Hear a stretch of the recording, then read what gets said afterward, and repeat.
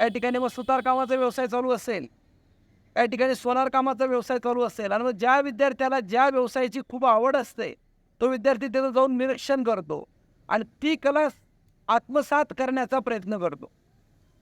आणि रवींद्रनाथ टागोर नेहमी म्हणायचे की विद्यार्थ्यांमध्ये कौशल्य विकसित करणे हेच खरं शिक्षणाचं काम आहे.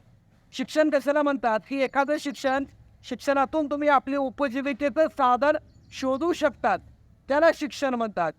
आणि तुमच्या अंगी जर स्किल असेल, कौशल्य असेल, तर आपल्याला जीवन जगणं फार सोपं जातं. समाजाला सगळ्या घटकांची गरज आहे. असं नाही की एखाद्याचं कौशल्य फार कमी असेल. Work is the worship of God, हे रवींद्रनाथ टागोर यांचं वाक्य आहे. पण आपण आजारी पडल्यानंतर डॉक्टरकडे जातो, पण जर का तुमची गाडी पंक्चर झाली मग तुम्ही डॉक्टरकडे नेणार का? तर तुम्ही पंक्चर दुकानाचा व्यवसाय कोण करतात? त्या व्यक्तीचे चलत असतात. तुमच्या पायाची चप्पल तुटली तर तुम्ही कुठे जातात? जो व्यक्ती चपलींचा व्यवसाय करतो त्या व्यक्तीकडे तुम्ही जातात.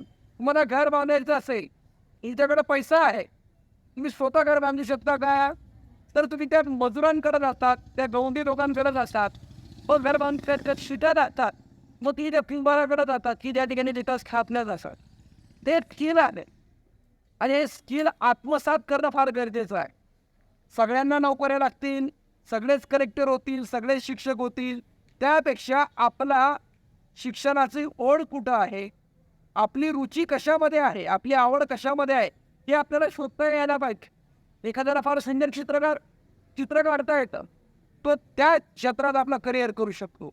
एखाद्याला स्वयंपाक फार छान जमतो, तो हॉटेलिंग व्यवसायामध्ये सुंदर करिअर करू शकतो. स्किल म्हणजे कौशल्य आत्मसात करणं हेच खरं शिक्षणाचं मुख्य उद्दिष्ट आणि कर्तव्य आहे. असो, तुम्हाला या जागतिक कौशल्य दिनाच्या हार्दिक शुभेच्छा देतो आणि मी माझं बोललेलं इथं संपवतो. जय हिंद, जय भारत.